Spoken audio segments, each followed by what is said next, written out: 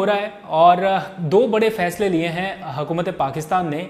एक electric vehicle policy और दूसरा यूरो 5 पेट्रोल की दरामद के हवाले से। क्या आप में से कभी किसी ने अब तक ये सोचा था कि पाकिस्तान में इस्तेमाल होने वाला पेट्रोल किस क्वालिटी का है? या आप में से कभी किसी ने यूरो 5 नामी पेट्रोल की क्वालिटी के बारे में सुना? मैंने एटलीस्ट नहीं सुना था और मुझे इस बारे में उस वक्त पता चला जब एक हुकूमती फ़ैसला मेरे सामने आया। वज़ीर-ए-आज़म इमरान खान ने फैसला किया है कि अब से पाकिस्तान में इंपोर्ट होने वाला पेट्रोल यूरो 2 की बजाय यूरो 5 की क्वालिटी का होगा। और मुझे आज तक ये पता नहीं था कि पाकिस्तान में पेट्रोल के नाम पर किस किस्म का गंद खरीदा जा रहा है, वो भी आज से नहीं 1992 से। यानी इतने साल हो गए पाकिस्तान की पेट्रोल पॉलिसी नहीं बदल सकी। पूरी दुनिया यूरो 2 से यूरो 5 पर मुंतकिल हो गई। हर जगह पर आला क्वालिटी का पेट्रोल इस्तेमाल हो रहा था, लेकिन यहाँ पर पाकिस्तान में एक मखसूस लॉबिंग और एक ऐसा मखसूस माफिया था जो अपने माल बनाने के चक्कर में पाकिस्तान को यूरो 5 की तरफ बढ़ने ही नहीं दे रहा था। और दूसरा एक माफिया या लॉबिंग ऐसी थी जो पाकिस्तान में इलेक्ट्रिक व्हीकल पॉलिसी नहीं आने देना चाहती थी, यानी बिजली पर चलने वाली कारें पाकिस्तान में ना आ सकें, ऐसा भी एक माफिया था। तो इस सारे माफिया के साथ टक्कर लेते हुए हुकूमत ने अब दो बड़े फैसले किए हैं। एक तो इलेक्ट्रिक व्हीकल पॉलिसी अप्रूव करने के बाद अब अगला मरहला शुरू हो गया है कि आपको सड़कों पे चलती फिरती इलेक्ट्रिक व्हीकल्स नज़र आएँ। ये कब तक हो जाएगा, आज हम इस बारे में भी जानेंगे। और दूसरा, यूरो 5 पेट्रोल है क्या ये क्वालिटी में बहुत ज़्यादा अच्छा है? अगर अच्छा है तो कहीं महंगा तो नहीं है? और अगर महंगा नहीं है तो ये आज तक पाकिस्तान में क्यों नहीं मिल रहा था? ये अचानक से फैसला क्यों किया गया? और कौन से ऐसे अनासर थे या माफिया था जो ये सब कुछ नहीं होने दे रहा था अब तक? इस बारे में मैंने कुछ सवालात के जवाब पूछने की कोशिश की और रब्ता किया वज़ीर-ए-आज़म के मुशीर माहौलियात मलिक अमीन असलम से, जो इन दोनों पॉलिसियों के पीछे खड़े हैं और हर तरह के दबाव का सामना करने के बावजूद उन्होंने वज़ीर-ए-आज़म इमरान खान और फेडरल कैबिनेट से ये पॉलिसी अप्रूव कराई है। उन्होंने बड़े होशरुबा इंकशाफात किए कि किस तरह से पाकिस्तान को जानबूझकर पीछे रखा जा रहा था इन सारे मामलात में, और कुछ लोग नहीं चाहते थे कि ये पॉलिसियाँ मंजूर हों या पाकिस्तान आगे बढ़ सके। तो अब इस सिलसिले में बाज़ाब्ता फ़ैसला हो गया है, कैबिनेट ने अप्रूवल दे दी है और कब तक ये सारा कुछ इम्प्लीमेंट होने लग जाएगा, आज इस बारे में हम जानेंगे। मैंने गुज़िश्ता रोज़ उनसे रब्ता किया और एक वीडियो रिकॉर्ड की है उनके साथ। सोशल डिस्टेंसिंग को ध्यान में रखते हुए हम थोड़ा ज़्यादा फासला रख दिया, तो फ्रेम को बहुत ज़्यादा अच्छा नहीं है, लेकिन आई होप कि आपकी अंडरस्टैंडिंग के लिए आपको समझने को बहुत सी चीज़ें मिलेंगी। और बहुत से सवालात जो कमेंट सेक्शन में पूछे गए थे कुछ लोगों की जानिब से कि ये पेट्रोल महंगा तो नहीं होगा और कहाँ पर दस्तयाब होगा, कब से मिलेगा, बिजली वाली कारें कब आएंगी, ये सब सवाल आप जान सकेंगे। तो आइए चलते हैं सीधा मलिक अमीन असलम साहब के पास। बहुत शुक्रिया मलिक साहब वक्त देने के लिए। क्या है ये यूरो 5? हमने पहली बार सुना, हमें तो मालूम ही नहीं था कि पाकिस्तान में यूरो 2 क्वालिटी का पेट्रोल इस्तेमाल हो रहा है और अब यूरो 5 पे आएंगे, तो इसका थोड़ा सा बताएं क्या है ये? जी बिल्कुल, ये जो क्वालिटी ऑफ फ्यूल है ये कंसिस्टेंटली इम्प्रूव होता रहता है दुनिया के अंदर। यूरो 2 वो फ्यूल है जो कि 1992 के अंदर दुनिया में बिकता था। यूरो 5 वो फ्यूल है जो कि 2015-16 के बाद दुनिया में बिकना शुरू हुआ है। इनमें फ़र्क सिर्फ ये है कि इसकी जब आप फ्यूल गाड़ी में इस्तेमाल करते हैं तो जो एमिशंस पीछे से निकलती हैं, कार्बन मोनोक्साइड, नाइट्रोजन ऑक्साइड और उसके साथ जो सल्फ़र ऑक्साइड, वो एमिशंस जो हैं वो कम हो जाती हैं जब आप यूरो 5 पे आते हैं, क्योंकि बेहतर क्वालिटी का फ्यूल है। इसलिए उसकी एक तो गाड़ी की एफिशिएंसी बढ़ जाती है, आपकी गाड़ी ज़्यादा किलोमीटर चलती है इसके अंदर, और जो पीछे से जो धुआं निकालती है वो कम हो जाता है इसके अंदर, तकरीबन 10 गुना कम होता है। सिर्फ मैं आपको सल्फ़र डाइऑक्साइड का बताता हूँ कि जो यूरो 2 है उसके अंदर 500 पार्ट्स पर मिलियन सल्फ़र होता है और यूरो 5 में 50 पार्ट्स पर मिलियन, यानी कि 500 से आप 50 पे आ जाते हैं जब आप ये शिफ्ट करते हैं। अब दुनिया में मुख्तलिफ ममालिक ने शिफ्ट किया है, वो 2 से 3 पे गए, 3 से 4 पे, फिर 5 पे गए। हम किसी वजह से कुछ लॉबीज़ थी, कुछ इंटरेस्ट ग्रुप्स थे जिन्होंने हमें यूरो 2 के अंदर ही फंसा के रखा हुआ था पिछले 20 साल से।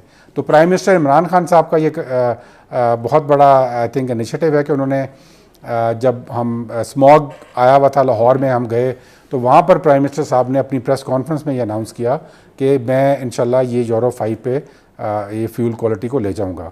और आज कैबिनेट ने कल जो हमारी मीटिंग हुई है उसमें फाइनली ये डिसाइड हो गया कि 1 अगस्त 2020 के बाद पाकिस्तान में जो 70% हम पेट्रोल इंपोर्ट करते हैं वो यूरो 5 का इंपोर्ट होगा। अच्छा, जब से ये खबर चली बहुत से लोगों ने इसकी प्राइस के हवाले से पूछा। कुछ लोगों को लगता है कि शायद प्राइस बढ़ जाएगी पेट्रोल की बेहतर क्वालिटी होने पर। इस बारे में क्या आपके पास? इसकी जी प्राइस की वर्किंग की गई है और प्राइस इंशाल्लाह ऐसी नहीं बढ़ेगी। अब अगर 70-80 रुपए के पीछे तकरीबन 1 रुपया बढ़ जाता है, वो भी डीजल में बढ़ेगा।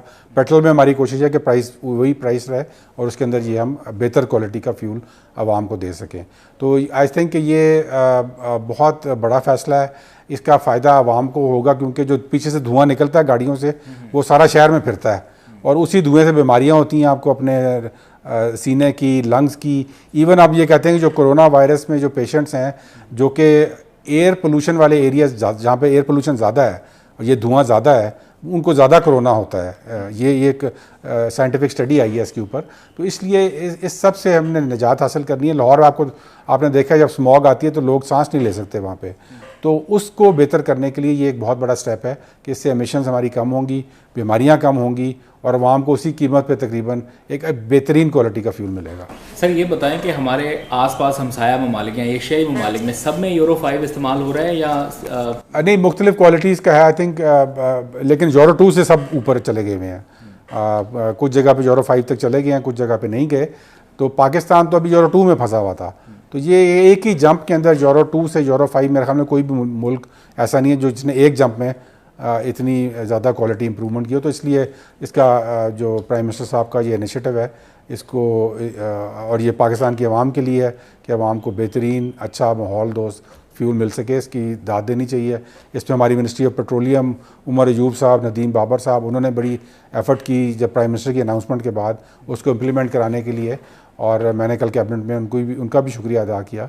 लेकिन इंशाल्लाह ये एक माहौल दोस्त, और हमें सबसे ज़्यादा खुशी है कि एक माहौल दोस्त फ्यूल जो है पाकिस्तान में इंट्रोड्यूस हो रहा है। जब से आप एनवायरनमेंट वाली साइड पे आए, माहौल दोस्त इकदाम बढ़े हैं।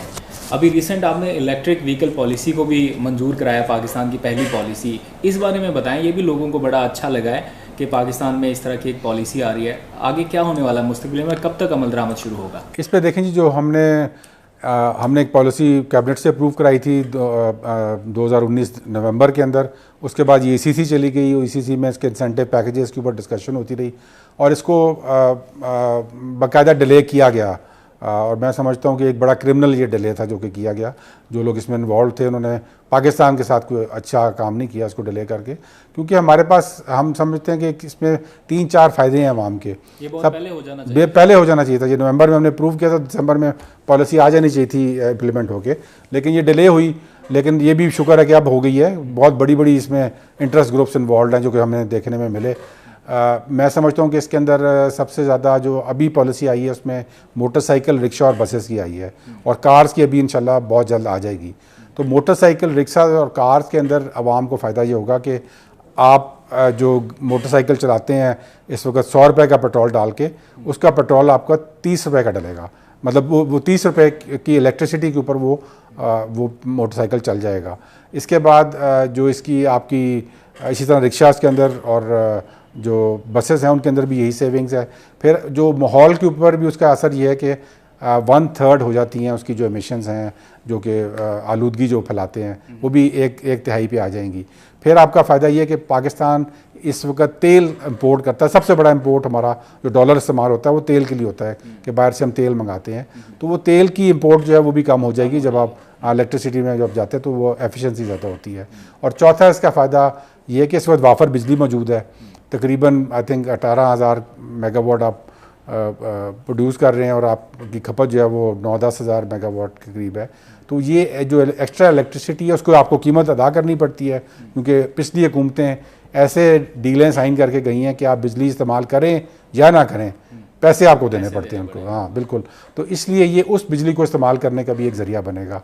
तो इसके विन स्ट्रेटजी है पाकिस्तान के लिए। और हमारा फोकस अब इस पॉलिसी का ये है कि हम राइट हैंड ड्राइव जो रिक्शाज, ये अपना बसेस हैं, कार्स हैं, उनके लिए हम पाकिस्तान एक मैन्युफैक्चरिंग हब बने।